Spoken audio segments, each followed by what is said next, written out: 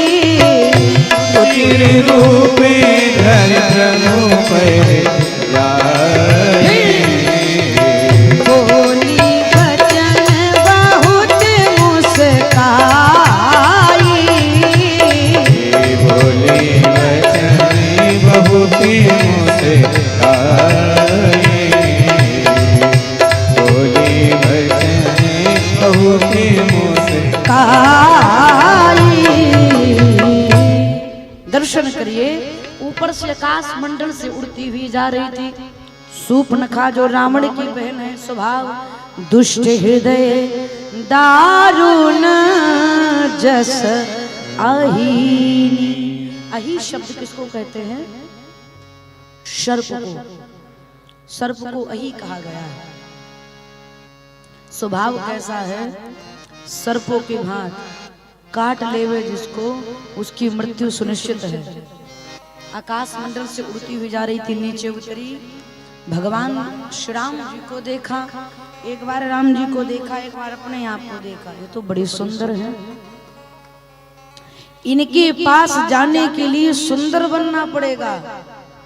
मायावी थे, परिणाम अपने आप से आपन रूप बदल लिया।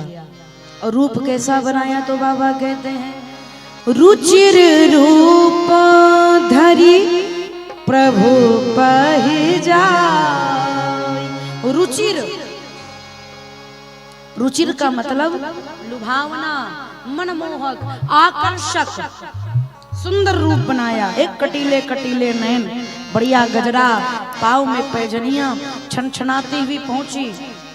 दूर से तो पहले ऐसे ऐसे की, हो सकता है खनक राम जी के चरणों कानों में पहुंच जाए। देख ले में राम जी के कानों में तो पहले ही सियाजू के चरणों के नुपुर की झनक पहुंच गई है। और जब किशोरी जी के चरणों की नुपुर की झनक जिसके कानों में पहुंच गई हो, वो सूर्पनखा के चूड़ी के खनक में आकर्षित होने वाले नहीं है। कब पहुंची थी वो? पुष्प वाटिका में है। जब माँ आने लगी थी तब माँ के चरणों की नुपुर जब बजी तो प्रभु के कानों में गई। तब भगवान श्री राम ने लक्ष्मण जी से कहा, तात जनक तनया यह सोई, धनुष यज्ञ जहि कारण होई। सूर्पणखा खनकाए पड़ी है, राम जी पर कोई प्रभाव नहीं। आई जब सोचा इस दूर से कोई प्रभाव नहीं होगा तो पास आई, भगवान से कहती है, तुम सम पुरुष नमो सम नारी, यह संजोग विधि रचा बिचारी, ताते अब लगी रहूं कुमारी, मन माना कछु तुम ही निहारी, मम अनुरूप पुरुष जग माही, देखूं खोज लोक तिउ नाई। सूर्पणखा कहती है, आपके जैसा, आप मुझे नहीं पकड़ पा रही, मैं आपको नहीं पकड़ पा रही।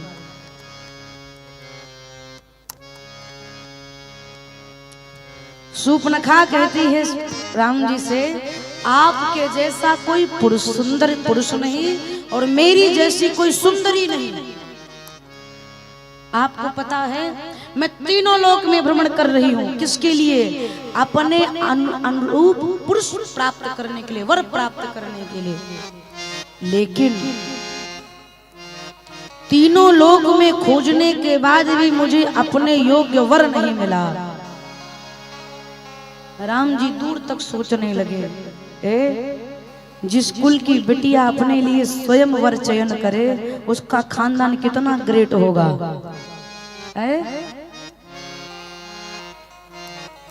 इससे सबका पता चल जाता है। राम जी फिर भी मौन है। सूर्पणखा राम जी से कहती है, अब तक तुम्हारी हूँ, मन माना कछु तुम ही निहारी, आपको देखकर थोड़ा सा मन किया कि आपसे विवाह करूंगा। राम जी मन ही मन में सोचने लगे, पूरा ब्रह्मांड मेरे स्वरूप का सराहना करता है और सूर्पणखा एक हिसाब से हमें भी रिजेक्ट कर रही है। क्या? मन माना कछु, आपको देखकर थोड़ा सा मन किया कि मैं आपसे विवाह कर लूं। राम जी ने सोचा इसका मतलब ये तन से ही समर्पित है, मन से मेरे प्रति समर्पित नहीं है। अगर मन से समर्पित होती तो ये नहीं कहती आपको देखकर थोड़ा सा मन किया कि ब्याह करूं। तन से ही समर्पित है, क्यों ना परीक्षा ले लिया जाए। तो भगवान परीक्षा लेने के लिए सूर्पणखा से कहते हैं, सीता ही चिताई कहाई प्रभु बाता, क्या? आहाई कुमार मोर लघु उड़ाता। राम जी जानकी जी की तरफ देखे और बोल पड़े, ये मेरी भार्या वैदेही है, मैं तो शादीशुदा हूं, लेकिन हमारा छोटका भाई दूर बैठा, वो देखो बेटा कुमारा है, जाइए वो तुम्हारे हिसाब किताब को ठीक कर देगा, जाइए। यहाँ पर बहुत सुंदर तथ्य है। सूर्पणखा भगवान के सामने प्रस्ताव लेकर के आई। क्यों लेकर के आई? इसका दो कारण है। पहला कारण यह है, सूर्पणखा कहती तुम सम पुरुष नमो सम नारी, आपके जैसा पुरुष नहीं, मेरी जैसी स्त्री नहीं। किसके लिए? सुंदरता की बात जाने दीजिए, गुण तत्व में जाने। तो सूर्पणखा ने प्रतिज्ञा की है, रावण के समस्त कुल को नाश कर दूंगी। और राम जी ने भी प्रतिज्ञा की है, दोनों भुजा उठा करके राम जी दसों भुजाओं, दसों दिशाओं को संकेत करते हुए साक्षी मान करके दोनों भुजा उठा करके प्रण किया था, निश्चरहीन करो मैं भुज उठाई प्रण की, पूरी पृथ्वी भी निशाचरों से हीन कर दूंगा। आज वही प्रस्ताव लेकर सूर्पणखा आई, प्रभु मैं स्त्री हूँ, मुझसे अकेले ये भार नहीं समाप्त होगा। प्रभु आप और मैं अगर एक हो जाएं तो आपकी भी प्रतिज्ञा पूरी हो जाएगी और सूर्पणखा की भी प्रतिज्ञा पूरी हो जाएगी। इसलिए प्रस्ताव लेकर के आई। लेकिन सूर्पणखा चाहती क्यों है रावण का विनाश? सूर्पणखा का विवाह भया था जिसके उसके पति का नाम था विद्युज्जीवा। क्या नाम था? विद्युज्जीवा, जिसका वध रावण ने किया। जब रावण ने वध कर दिया उसी समय सूर्पनखा ने मन में संकल्प ले लिया था, इसने मेरे सौभाग्य को नष्ट किया है, मैं इसके समस्त कुल को नष्ट कर दूंगी। और वास्तव में सूर्पनखा ही कारण बनी। रावण से और राम जी से युद्ध होने का कारण सूर्पनखा है। इधर भगवान ने सूर्पनखा को लक्ष्मण जी के पास भेजा। लक्ष्मण जी ने कहा क्या बात है, वही सारा वृत्तांत बताई जो राम जी से राग आलापी थी, वही जाकर लक्ष्मण जी से भी आलापने लगी। आपके जैसा सुंदर नहीं, याद याद याद। लक्ष्मण जी ने कहा एक बात बताओ, तुम तो बड़ी सुंदर हो, पहले ये बताओ रानी बनना चाहती हो कि दासी? सूर्पनखा ने कहा कौन दासी बनना चाहे, हम तो रानी बनना चाहते हैं। लक्ष्मण जी ने कहा फिर गलत एड्रेस पर आ गई हो। सुनो सुंदरी मैं उन करी दासा, हे सुंदरी मैं उनका दास हूं। वो अयोध्या नाथ है, उनके चरणों से लगोगी तो रानी बनोगी, हमसे जुड़ोगी तो दासी बनोगी, कि हम दास हैं। सूर्पनखा ने जब लक्ष्मण भैया के व्यवहार को सुना तो सोचने लगी ना ना ये हमारी बराबरी के नहीं। पुन फिर राम निकट थे ही आई, फिर राम जी के निकट आई। राम जी ने कहा हमने पहले ही कह दिया हम रजिस्टर्ड हैं। लक्ष्मण जी के पास आई, फिर लक्ष्मण जी के पास पहुंची। इस बार लक्ष्मण भैया कहाँ बर्दाश्त करने वाले हो। सूर्पनखा ने कहा जिस स्त्री की वजह से राम तुम मेरा तिरस्कार कर रहे हो, मैं इसे भी खत्म कर देती हूँ। सूर्पनखा भयंकर विकराल राक्षसी का रूप बनाई। भयंकर रूप देख करके माँ वैदेही भयभीत हो गई। जैसे सूर्पनखा किशोरी जी के निकट बढ़ने लगी, राम जी ने संकेत कर दिया लक्ष्मण छिन्न कर दो इसको। लक्ष्मण भाई ने बाण उठाया, बाबा कहते हैं लक्ष्मण अति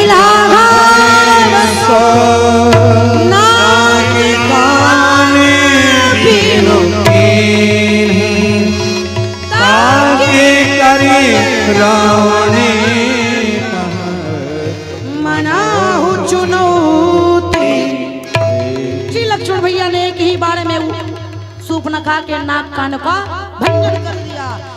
नाक पकड़ कर रोए कि कान पकड़ कर रोए, चिल्लाने लगी। लक्ष्मण भैया दौड़ करके गए, नाक कान उठाए, सूर्पनखा के हाथ में दिया और कहा जाकर रावण को दिखा देना लक्ष्मण जी ने तुम्हारे लिए गिफ्ट भेजा है, जाओ ताके कर रावण कहो मनहु चुनौती दे। जाइए जाकर बता दीजिए। लक्ष्मण की बात सुनकर के सूर्पनखा क्रोध में आई, पीड़ा में भी है, क्रोध में है, दौड़ी दौड़ी खरदूषण के पास गई। इधर राम जी ने सीता जी की तरफ इशारा करके लक्ष्मण जी से कहा लक्ष्मण वैदेही को कहीं छुपा दीजिए। पंचवटी के भीतर मां विराजमान भई।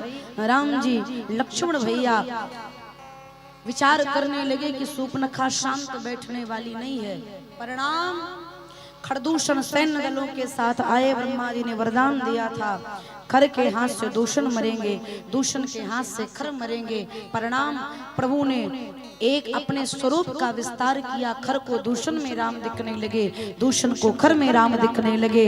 एक दूसरे से लड़ करके आपस में राम समझ करके मर गए। भगवान ने तुरंत बाण चलाया, समस्त सैन्य दल को समाप्त किया। हाहाकार मच गया। सूर्पनखा रोते रोते लंका की ओर प्रस्थान की। लंका में जाकर देखा दशानन रावण भोग विलास में लिप्त है। अप्सराएं नृत्यांगनाएं नृत्य कर रही हैं, वाद्य यंत्र बज रहा है, गायन हो रहा है, सभा लगी हुई है। सभा को देख करके सूर्पनखा भयभीत हुई, गर्जना करते हुए बोल पड़ी बंद करो ये सब, दिन भर भोग विलास में लिपटे रहते हो, तुम्हें ज्ञात भी है तुम्हारे पीठ पीछे क्या हो रहा है, देख रहे हो तुम्हारी इकलौती बहन की क्या दशा भई है। रावण सर से लेकर पांव तक निहारा। कहा बहन कहो तुम्हारी ये दशा किसने करी। सूर्पनखा ने कहा आपके पीठ पीछे क्या हो रहा है, आपको क्या मतलब, आप अपने ऐश्वर्य में लगे हुए हैं। रावण ने कहा वो ठीक है लेकिन ये कहां किसको दान कराई नकिया कनवा। सूप न खाने का आपको क्या पता। गई थी, बड़े सुंदर थे, है? उनके साथ एक सुंदर स्त्री थी। झूठ बोल रही है, एक सुंदर स्त्री थी। उस स्त्री को मुझे लगा कि अगर दशानन के वामांग में बैठेगी तो कितनी सुंदर लगेगी। भैया मैं उस स्त्री के लिए आपके लिए प्रस्ताव लेकर के गई थी, परंतु उसके छोटे भाई ने मेरा नाक कान काट दिया। अपने लिए नहीं बताई, रावण के लिए बताई है। रावण ने कहा तो मेरे पास क्यों आई? खरदूषण के पास जाना चाहिए, समाप्त कर देते वो। खरदूषण वही समबलवंता, मेरे जैसे बलशाली हैं। सूप न खाने का गई थी उनके पास भी। रावण ने कहा तो बोले गए कहां? ऊपर। उनका टिकट हो गया, ऊपर चले गए। इतना जब सुना रावण, इमरजेंसी वार्ड में सूप न खा को एडमिट किया। कहा इनका ट्रीटमेंट शुरू करो, नकली नाक वाक लगाओ, मैं थोड़ा